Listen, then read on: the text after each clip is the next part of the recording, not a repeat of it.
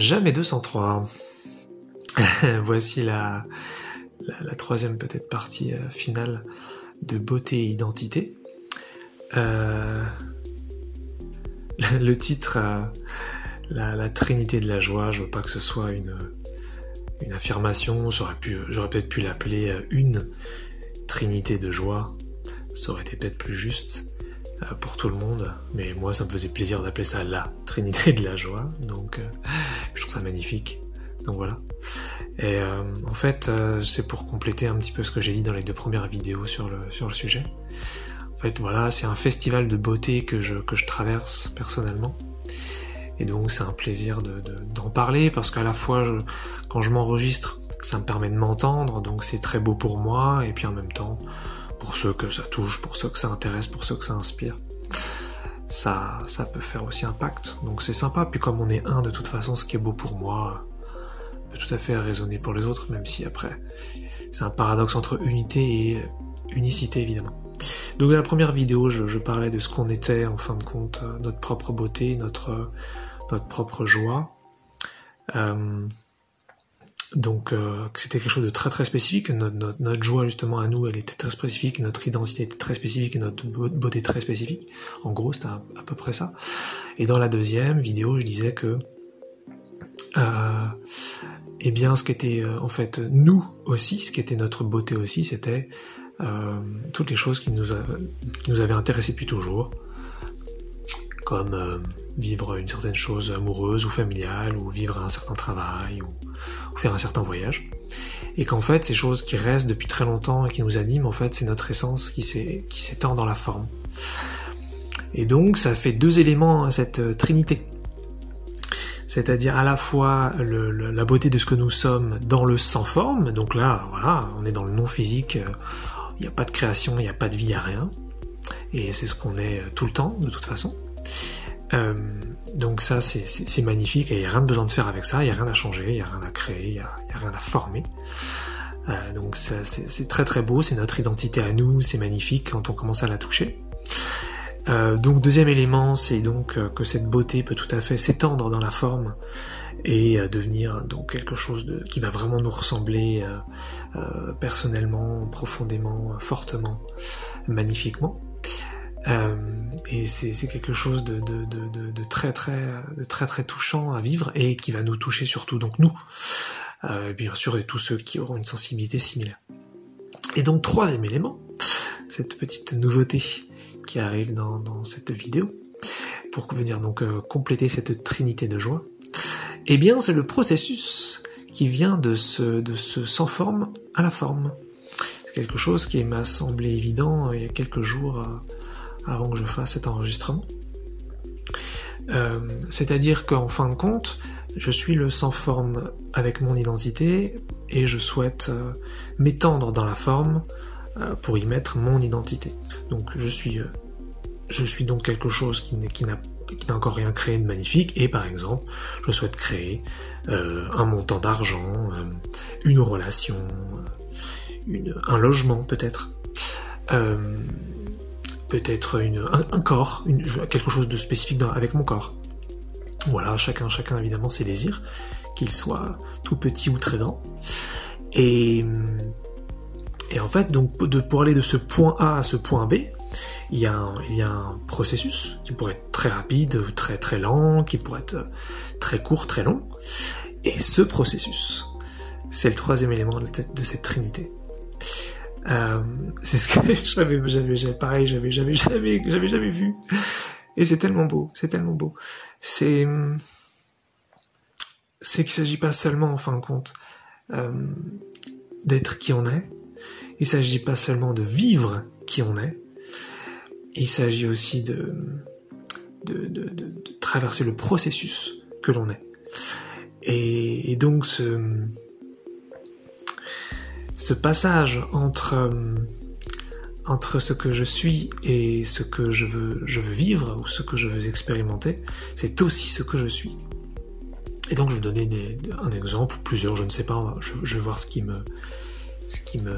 m'anime, ce qui me traverse pendant cet enregistrement, puisque je le fais un peu à l'impro.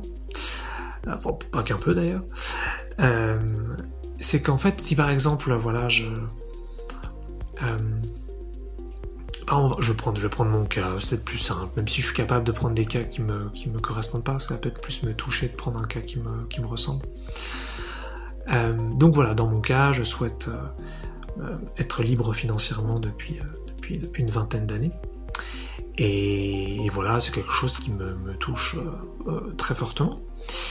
Et donc ça veut dire ne plus jamais avoir besoin de penser à l'argent. Pour moi, c'est ma conception de la liberté financière, ne plus jamais avoir besoin d'argent, ou alors considérer l'argent comme de l'air que l'on respire, c'est-à-dire quand j'en ai besoin, j'en prends, quand j'en ai pas besoin, j'en prends pas. Bien clair, on en prenne tout le temps, mais ce que je veux dire, c'est que je prends seulement la quantité dont j'ai besoin, et je sais que c'est disponible tout le temps, et ça me coûte rien, et ça me prend pas de temps, et je n'y pense pas. Voilà, c'est ça pour moi ma conception de la liberté financière.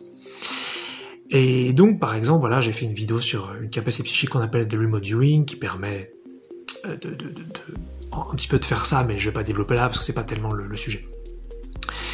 Mais le sujet, c'est que en fait, en utilisant donc cette capacité psychique, on pourrait donc par exemple de connaître les résultats de paris à l'avance, ou des résultats de bourse à l'avance, ou ça pourrait être je sais pas, des choses qui nous intéressent peut-être si on travaille, ça pourrait être en savoir plus sur des promotions ou sur des systèmes d'autres postes qui pourraient nous intéresser. Et je me rends compte qu'en fait, je voyais en fait cette capacité psychique comme un moyen, voilà, de passer de A à B, c'est-à-dire de ma beauté sans forme à la beauté dans la forme, là en l'occurrence la liberté financière.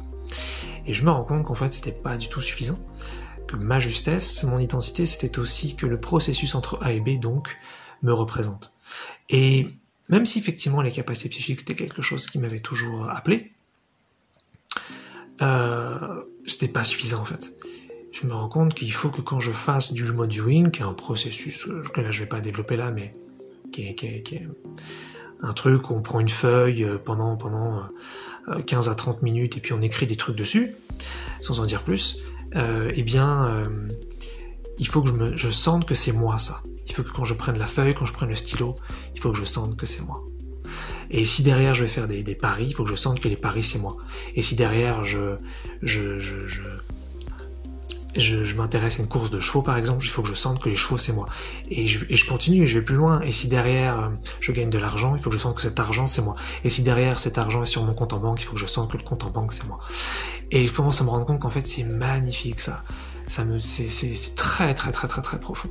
Et maintenant je vais donner des exemples plus quotidiens. Je me rends compte que comme la plupart des gens, je suis très séparé de ma vie quotidienne. Et je donne un exemple très simple. Si par exemple je marche dehors, je me sens par exemple séparé du sol. Je me sens séparé de mes chaussures. Je me sens séparé de mes vêtements. Je me sens séparé de ce que je vois. Je me sens séparé même de mes yeux. Je me sens séparé des gens que je croise. Voilà. Ça donne comme ça, je pense, une expérience qu'on a tous. Alors peut-être que si vous êtes jamais rendu compte que vous étiez séparé de votre environnement, vous comprenez peut-être pas de quoi je parle, mais tout simplement vous avez le sentiment que ces choses-là ne sont pas vous, qu'elles vous accompagnent, peut-être elles vous sont très utiles, peut-être que vous les trouvez super, peut-être que vous les aimez, mais vous ne ressentez pas que c'est vous. Et moi je me rends compte que ça c'est plus du tout ma beauté, ça, c'est plutôt ce qui est juste pour moi, ce qui vraiment me représente pleinement, c'est de ressentir justement ce lien à toutes ces choses. Et il n'y a pas d'idéologie là-dedans. Je sens juste que c'est mon truc à moi. C'est pas du tout donc un bon truc. C'est pas une bonne idée. C'est pas une bonne sensibilité, une bonne beauté. C'est rien de tout ça. Et j'ai vraiment envie de ça. Je sens que c'est d'une justesse monstrueuse pour moi de quand je marche dehors sentir que je suis un avec le sol, ou si je veux pas trop faire d'unité, juste je sens mon lien entre moi et le sol. Comme ça permet de faire un peu de nuance. Et je sens que si vraiment je fais quelque chose, je veux vraiment sentir en fait ce lien-là. Et c'est très très beau en fait. C'est pour ça que je suis pas fan de la magie spirituelle qu'on peut retrouver dans certains enseignements. Moi je suis plutôt magie créateur. c'est-à-dire faire apparaître des objets avec de l'énergie cosmique. Ça, c'est ce qui m'intéresserait beaucoup plus. Alors que ce qu'on retrouve plutôt en spiritualité, là, ce qu'ils appellent eux la magie, c'est plus faire des rituels, poser des intentions, utiliser des petits objets, peut-être faire des pentagrammes, je suis même pas sûr que ce soit le bon mot, utiliser des bougies, dire certaines prières, et puis attention, il y a des trucs très sophistiqués, hein, je veux pas du tout réduire cette approche-là, et voilà, j'y connais finalement pas grand-chose, et il y a des choses, je pense, qui vont très très loin. Il y a toutes sortes de magie, d'ailleurs, on peut trouver de la magie rouge, de la magie bleue, de la magie verte, de la magie blanche, de la magie noire, un petit peu les 5 symboles, il me semble, peut-être qu'il y en a d'autres d'ailleurs, mais c'est les 5 symboles d'ailleurs du jeu de cartes Magic the Gathering ou Magic l'Assemblée en français, donc c'est rigolo, et cette magie-là, elle me convient pas, en fait, je me rends compte, parce que en fait, c'est encore pour moi de la création indirecte, c'est-à-dire même si j'ai plein de connaissances, ou si donc là ce jeu c'est pas moi, même si j'ai plein de connaissances, voilà, je suis quand même un expert de magie et tout, et que je suis capable peut-être de produire des effets dans le monde, et bien c'est encore, je vais faire des trucs et ensuite je vais aller mesurer les effets, et si ça fonctionne, c'est super. Et ça, moi, ça me plaît plus, tout ça. C'est pour ça que cette magie m'a jamais attiré. Moi, ce qui m'intéresse, c'est sentir ce flux instantané, direct entre moi et la création, entre moi et ce qui se passe. C'est ça que je voulais dire quand je marche et que je me sens lié au sol, je me sens lié à mes chaussures, je me sens lié à mes vêtements, je me sens lié à mes yeux et à ce que je vois, aux gens que je croise, aux arbres, aux voitures. C'est beau, qu'est-ce que c'est beau quand je le dis, parce que bien sûr, chacun sa beauté, chacun sa sensibilité, c'est pour ça qu'on parle bien, c'est pour ça que je le mets dans une série de beauté et identité, hein. C'est bien le thème. Mais je me rends compte que c'est ça, en fait, j'ai vraiment envie de sentir le truc. Et c'est vrai que ce sentiment, en fin de compte, de séparation, qu'on pourrait aussi appeler ce sentiment de victime, qui est là partout dans notre expérience, en tout cas de cette ligne terrestre, que j'ai l'impression que c'est vraiment, en fait, quelque chose qui a trait à cette ligne terrestre où chacun est vraiment habitué à ça. C'est vraiment pas quelque chose qui, moi, est pour moi, quoi. Quand, par exemple, je vois des gens dans la rue porter des lunettes, alors que moi je vois à ce moment de l'enregistrement, je vois pas net, donc on pourrait dire que peut-être je pourrais porter des lunettes. Et bien ceux qui portent des lunettes, j'arrive à sentir, alors peut-être que c'est une projection, et si c'est le cas c'est pas grave, mais j'arrive à sentir que c'est vraiment important pour eux, en fait, de sentir qu'ils ne dessinent pas ce qui arrive à leur corps, de sentir que s'ils voient net, ça vient pas d'eux, et de sentir que la seule chose à faire, c'est de porter des lunettes. Et en fait, il y a ce sentiment constant de séparation entre soi et le corps, soit et l'expérience physiologique, et là, en l'occurrence, soi et la vision, et même donc soi et les lunettes. Et je pense vraiment que ça plaît sur cette ligne terrestre, je pense que ça plaît vraiment à beaucoup de gens d'être séparés, comme je viens de le dire, ou d'essayer de réagir à ce qui se passe. Et je commence vraiment à voir qu'en fait, il y a ce sentiment de victime que moi je trouve profondément traumatisant. Ça, c'est mon expérience perso. C'est vraiment plus qui me correspond, quoi. C'est-à-dire que je suis là et il m'arrive un truc, même que ce soit d'ailleurs positif, hein, c'est pareil. Il m'arrive un truc, positif ou négatif, et je sens qu'il y a une coupure bizarre entre moi et ce qui se passe. Et c'est ça, le sentiment de séparation, le sentiment de victime. Petite parenthèse, j'ai eu un petit souci d'enregistrement, donc j'ai dû reprendre pour finir la vidéo. Et donc voilà, je vais sans doute avoir une énergie différente, puisque c'est ce qui se passe, comme moi je canalise principalement ce que je dis, ça fait que je suis dans une énergie spécifique, et puis après ça bouge. Donc vous étonnez pas, c'est normal. Donc je disais que ce sentiment de vraiment d'être séparé de ce qui se passe, c'est vraiment un sentiment particulier, un petit peu donc dans mon cas traumatisant.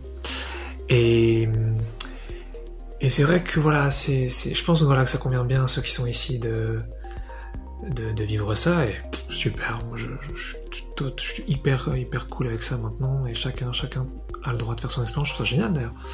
Et donc moi ce qui me plaît, c'est ce comment, c'est le comment juste, ou le comment moi, ou le comment soi, ou le comment joyeux.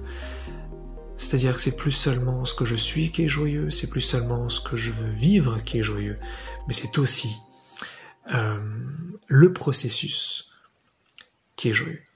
Et ça, c'est quelque chose auquel j'avais vraiment pas pensé.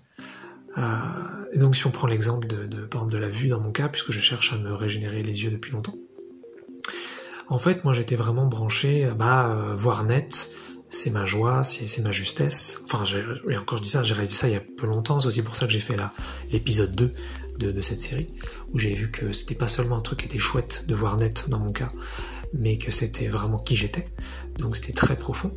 Et là je me rends compte que c'est plus seulement ça, c'est aussi le processus pour voir net qui doit me correspondre. Et donc ça pourrait être, je sais pas en fait à ce stade encore ce que c'est, mais ce que je veux vraiment en fait, ce qui me touche vraiment, c'est de sentir ce lien entre moi et ma vue en fait, sentir ce lien entre moi et ce que je vois. Et ça je sens qu'il y a une justesse là-dedans vraiment, vraiment, vraiment belle. Vraiment, je sens que c'est ça, cette trinité de joie, ce sans forme, cette forme, et ce lien entre ce sans forme et cette forme, c'est c'est vraiment ce qu'on est en fait profondément. Et que donc de ce point de vue-là, en tout cas de mon point de vue, il n'y a aucun compromis à avoir, puisqu'on peut absolument être tout, on est déjà tout puisque c'est l'unité, mais on peut vraiment faire l'expérience en tant qu'individu de tout ce qui nous plaît. Et évidemment, si on a envie d'être séparé, si on a encore envie d'avoir des problèmes ou un peu de souffrance, on peut aussi le faire. Et il y a beaucoup de gens sur cette ligne terrestre qui sont très accrochés à ça. Et total respect pour ça, puisque moi-même j'ai voulu suite de regarder quelques vidéos d'avant, s'y intéresser, pour se rendre compte que je me suis rendu compte que j'avais voulu énormément souffrir. Donc chacun a le droit donc de faire son expérience. Il n'y a aucun souci à vouloir souffrir, à ne pas vouloir être heureux. C'est profondément légitime. Mais voilà, donc peut-être pour clôturer donc cette série beauté et identité, c'est cette idée de être soi à tous les niveaux en fait. Être soi sans que rien ne change, peu importe ce qui se passe, être soi dans l'expérience souhaitée et être soi dans le processus de changement. Et c'est donc de la beauté à 3 niveaux, de la joie à 3 niveaux, de l'identité à 3 niveaux. Oh, de toute façon, je vais y avoir plein d'autres, hein. Je veux pas être arrogant et dire qu'il y a que ça, mais je trouve ça beau de dire la trinité de la joie. Je trouve ça vraiment chouette.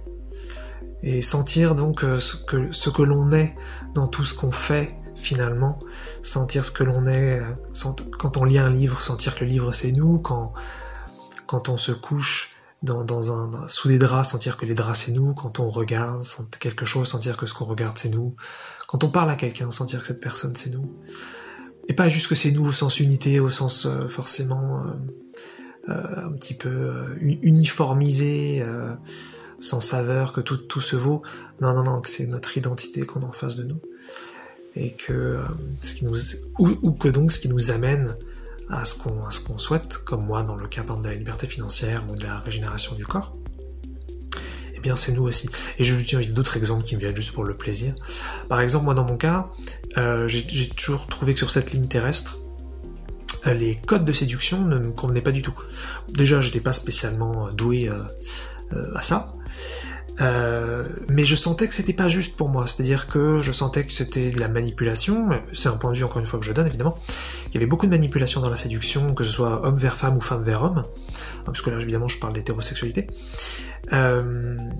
et que donc c'était pas mon truc, et même d'ailleurs quelque part les applis de rencontres, que je trouve génialissimes dans leur conception, eh bien je sens que c'est pas moi non plus, et je suis content vraiment et c'est ça en fait, être soi à tous les niveaux, c'est que si rencontrer quelqu'un, ça doit se faire aussi via quelque chose qui me ressemble, et séduire ne m'a jamais ressemblé en fait. Après je peux me remettre en question, il n'y a aucun souci, je veux pas m'arrêter à quelque chose, je veux pas forcément être trop certain de ce que je suis non plus, mais je trouve ça beau en fait de s'autoriser pleinement à être soi à tous les niveaux en fait.